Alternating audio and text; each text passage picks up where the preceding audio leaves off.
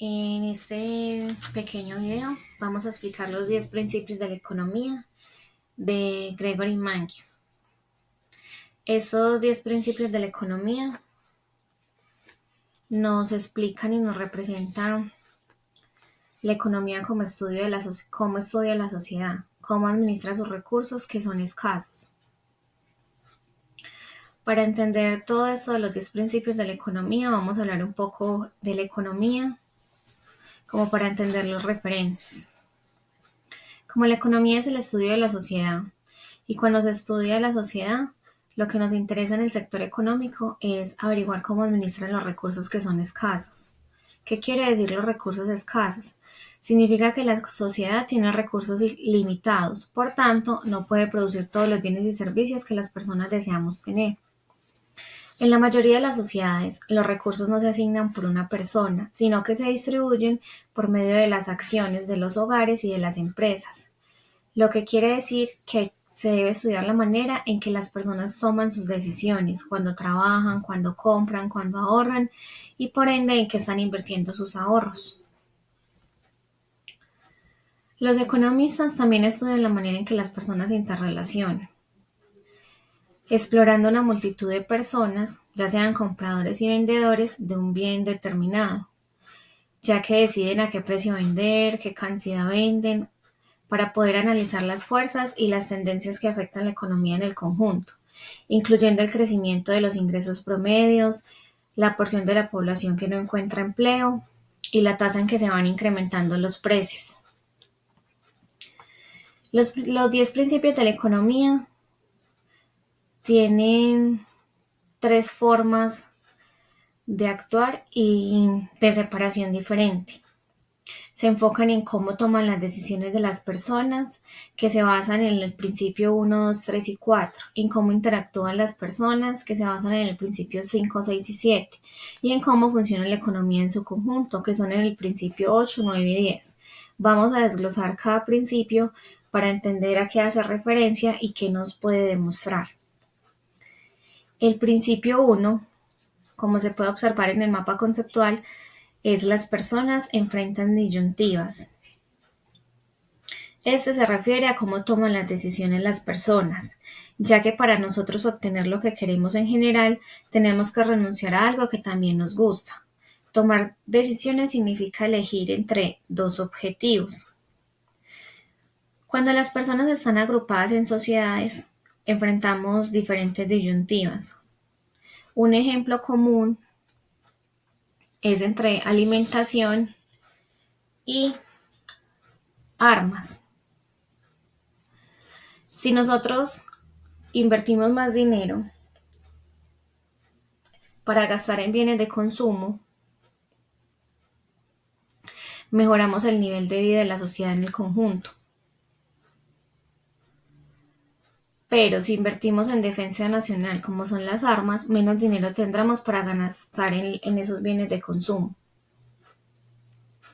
Otro ejemplo que nos muestra este principio es que aunque las leyes para contaminar menos tienen como resultado tener un ambiente más limpio, más sano y mejorar la calidad de vida y la salud de todas las personas, se enfrenta a una disyuntiva que es: su costo es la reducción del ingreso de los propietarios de las empresas, los trabajadores y los consumidores.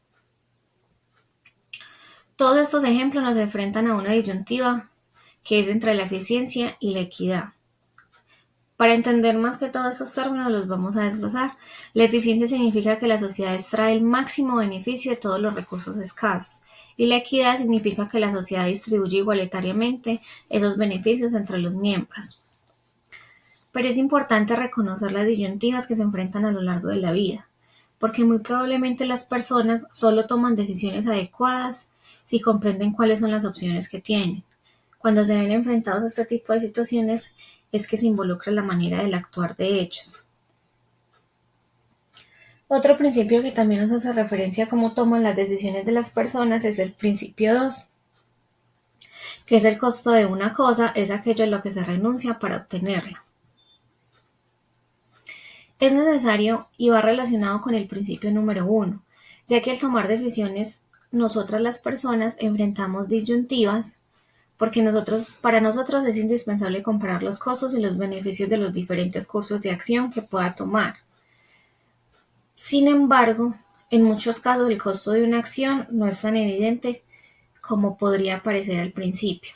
¿Cómo así? ¿Qué quiere decir esto? Un ejemplo que nos ilustran es el de la decisión de asistir a una universidad. El estudiante debe tomar la decisión si asistir o no a la universidad. Cuando un estudiante toma la decisión de asistir a la universidad, el beneficio que adquiere son conocimientos. Por ende, mejora las oportunidades de trabajo, y todo esto lleva unos costos que son como el dinero que se gastaría yendo a la universidad, los libros, la vivienda, la manutención. Sin embargo, no se visualiza que ese total no representa realmente aquello a lo que se debe renunciar cuando decidimos estudiar un año en la universidad. ¿Qué quiere decir? En esta decisión hay dos problemas de cálculo. El primero incluye cosas que no son realmente los costos de estudiar en la universidad, ya que si usted el día de mañana decide abandonar los estudios, de cualquier manera usted necesita gastar vivienda y comida. Lo que quiere decir que los costos de ir a la universidad solo en la medida en que son más caros en la universidad que en otros lugares. Es decir, lo que hace referencia es el dinero que se invierte en la matrícula, en pagar el semestre, que en unos lugares puede ser más barato y en otros lugares puede ser más costoso. La otra opción que se puede observar es que se ignora el costo más alto de asistir a la universidad, que lo representa el tiempo. ¿Cómo así? Lo que nos explica es que cuando uno decide pasar un año asistiendo a clases a la universidad, leyendo libros y escribiendo trabajos, en ese año no puede dedicarse a trabajar. Y para la mayoría de los estudiantes, el costo más alto de asistir a la universidad es dejar de ganar dinero. Porque si están asistiendo a la universidad, a veces el trabajo no les da por el tiempo, entonces no podrían trabajar. Entonces el costo-beneficio que ellos implementan ahí es que dejan de ganar el dinero que generarían si estuvieran en un empleo regularmente. Aquí tenemos que observar el costo de oportunidad. El costo de oportunidad es lo que nos debemos sacrificar con el objeto de tener algo. Este principio se relaciona también con el principio número 3, que las personas racionales piensan en términos marginales. Este principio nos enfoca en que las personas racionales, que son individuos que deliberada y sistemáticamente tratan de hacer lo posible para lograr sus objetivos, y los cambios marginales no se nos enfoca en que son pequeños ajustes adicionales que se le hacen a un plan de acción. Por consiguiente, la toma de decisiones marginales nos ayuda a explicar algunos fenómenos económicos que podrían ser difíciles de entender. La razón de esta conducta se encuentra en los hechos de la disposición que tiene una persona a pagar por un bien. Se basa en el beneficio marginal. ¿Qué quiere decir? ¿Qué generaría con una unidad más de ese bien? ¿Qué beneficio obtendría? Así el beneficio marginal depende del número de unidades que posea la persona. Un tomador de decisiones racional emprende una acción si o solo si el beneficio marginal de esa acción que está emprendiendo es mayor al costo marginal. Este principio nos explica, por ejemplo, el por qué las líneas aéreas están dispuestas a vender un boleto a un precio inferior al costo promedio y por qué las personas están dispuestas a pagar por un diamante que por un vaso de agua. Me explico. Las personas están dispuestas a pagar más por un diamante. Un diamante pasa a ser algo más costoso, algo que requiere mucha parte monetaria. Pero los diamantes son escasos. ¿Qué quiere decir? No cualquier persona puede acceder y darse el lujo de obtener un diamante. Mientras que el agua, a pesar de que es un mínimo vital para el ser humano, no es escasa. En muchos lugares hay mucha cantidad de agua, es abundante. Entonces el ser humano no lo toma como un beneficio adicional, sino como un recurso común que no necesita un valor agregado. Cuando hay una persona que toma decisiones a nivel racional, siempre se debe emprender una acción. Sí, solo si el beneficio marginal de la acción es mayor al costo marginal. Nos puede tomar algún tiempo acostumbrarnos a la lógica del razonamiento marginal, pero el estudio de la economía provee múltiples oportunidades para resolver estos razonamientos de práctica. Y por último, el principio 4, que se enfoca en la toma de decisiones de las personas responden a los incentivos.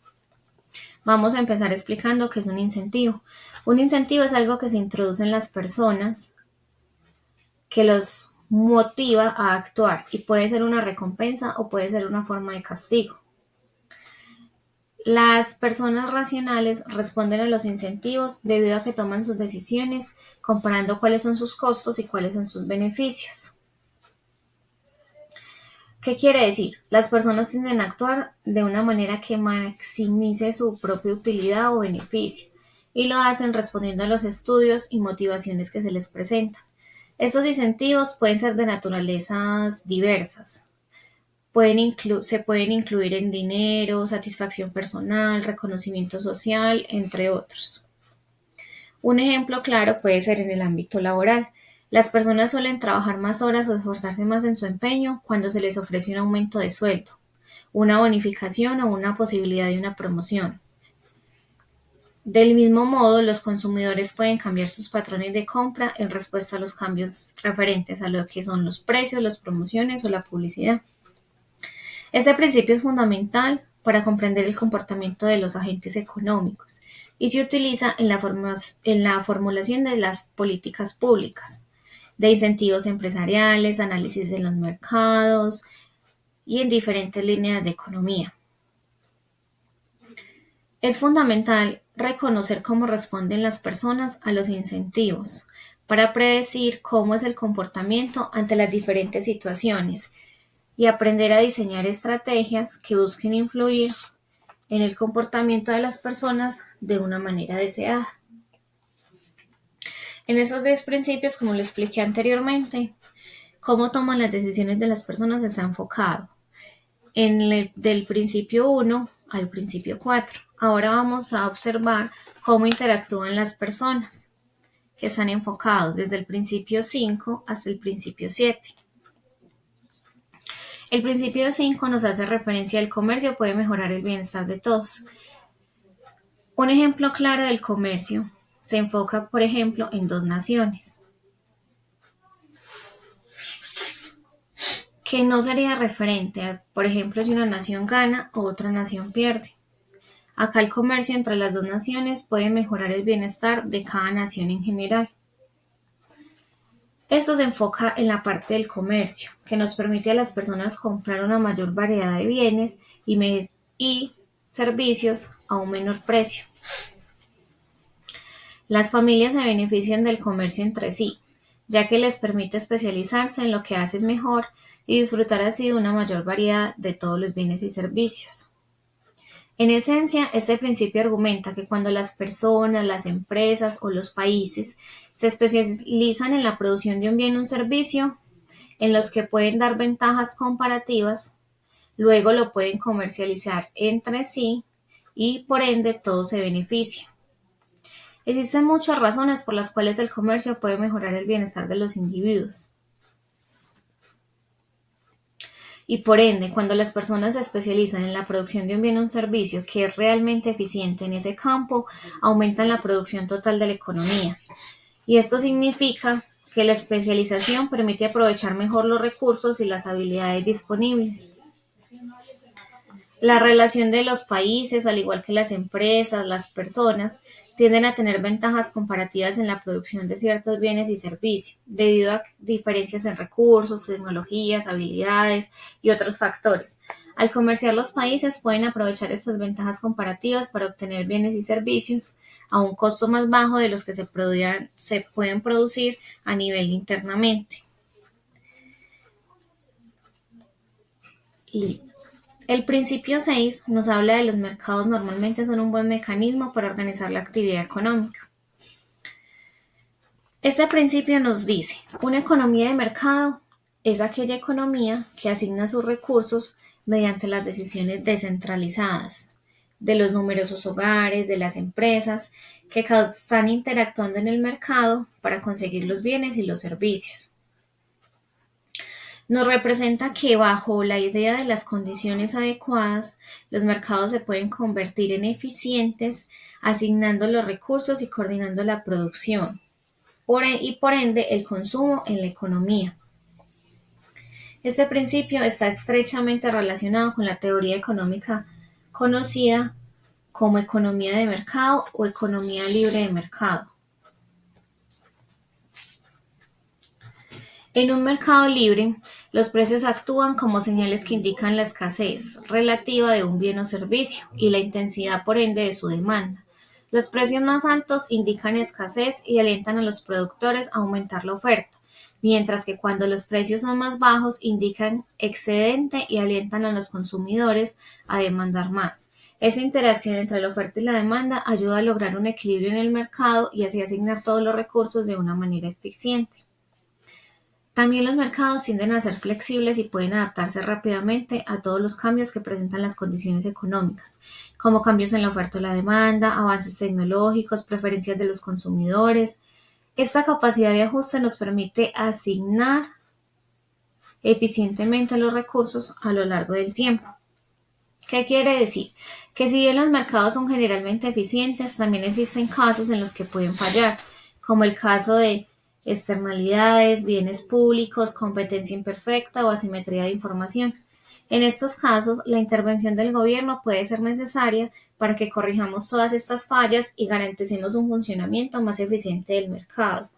Sin embargo, en términos generales, el principio de que los mercados normalmente son un buen mecanismo para organizar la actividad económica sigue siendo un pilar en la teoría económica.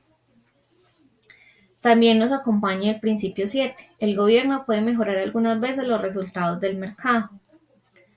La mano invisible es muy poderosa, pero no es omnipotente.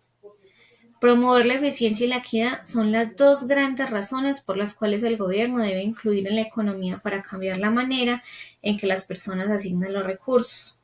¿Qué quiere decir? Los mercados pueden generar desigualdades económicas significativas debido a que pueden haber diferencias en la distribución inicial de la riqueza, en las habilidades, en el acceso a la educación y muchos otros factores. El gobierno puede intervenir mediante políticas fiscales y sociales para redistribuir los ingresos y mejorar la equidad en la sociedad. Afirmar que el gobierno algunas veces puede mejorar los resultados del mercado no significa que éste siempre lo haga. Las políticas públicas no están hechas por, por personas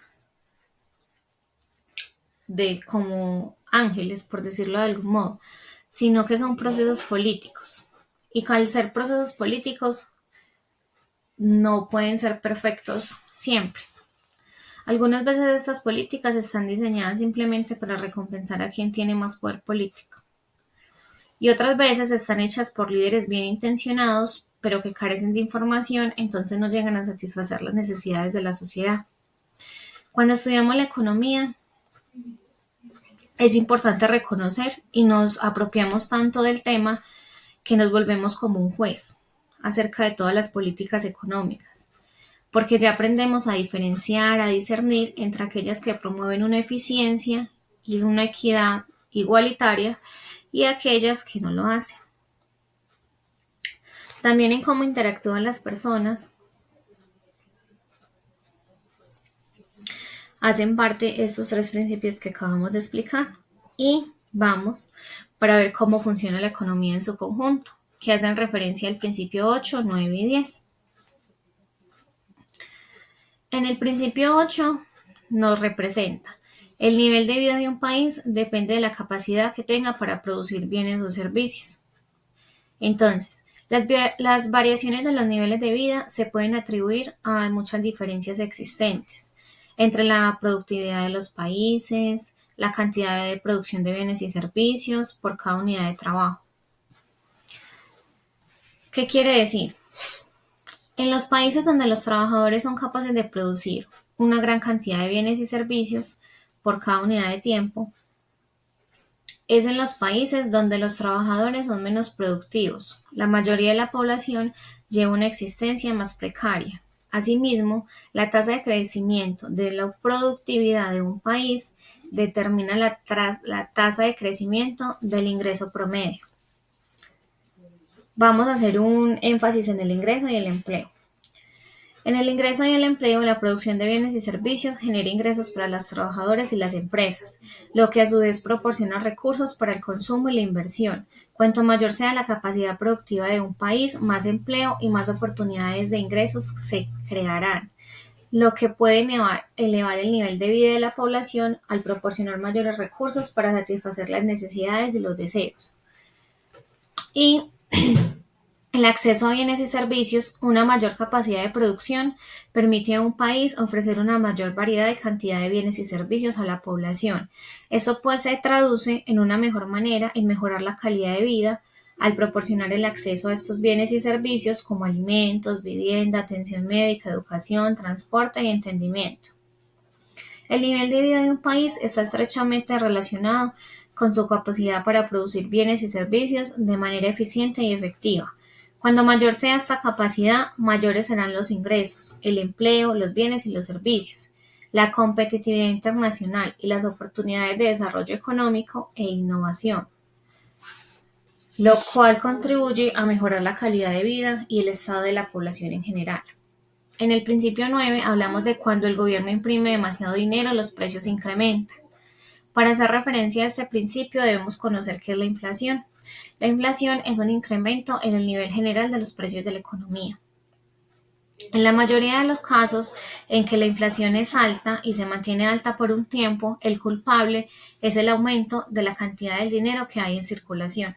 Cuando el gobierno imprime una gran cantidad de dinero sin un aumento correspondiente en la producción de bienes y servicios, la cantidad de dinero en circulación supera la cantidad de bienes y servicios disponibles para comprar. Esto conduce a un aumento en la demanda de bienes y servicios en relación con la oferta, lo que ejerce presión sobre los precios de mercado y resulta un incremento generalizado en el nivel de los precios. En resumen, este principio destaca el papel crucial que juega la oferta monetaria en la determinación del nivel de precios en una economía.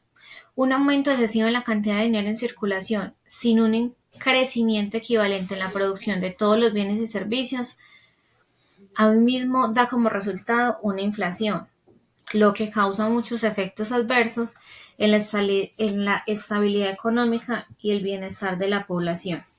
Y para finalizar, el principio número 10. La sociedad enfrenta a corto plazo una disyuntiva entre la inflación y el desempleo. Aun cuando a largo plazo el principal efecto de un incremento es la cantidad de dinero, es el incremento de los precios.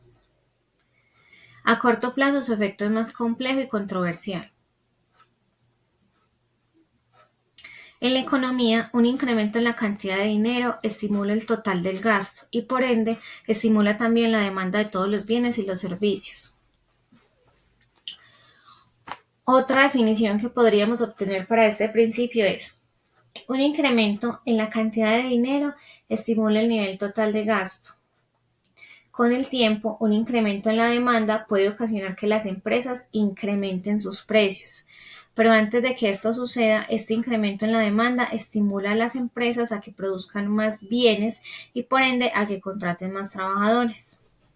Y un incremento en el número de trabajadores que se contraten, por ende está reduciendo el desempleo. En conclusión, con estos 10 principios de la economía podemos entender, podemos apropiarnos y entender más que todo el estudio completo que nos representa en la sociedad, cómo nosotros tomamos las decisiones, cómo interactuamos con las personas, cómo funciona la economía en su conjunto, cómo una sociedad puede administrar los recursos que son escasos.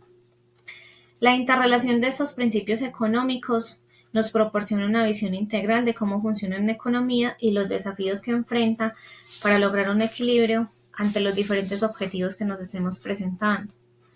Todos estos 10 principios nos destacan tanto el papel crucial que desempeñan los mercados en la asignación eficiente de los recursos como la importancia de la intervención gubernamental para corregir todas estas fallas que pueda tener el mercado, redistribuir los ingresos, estabilizar la economía y proporcionar bienes y servicios públicos. Muchas gracias.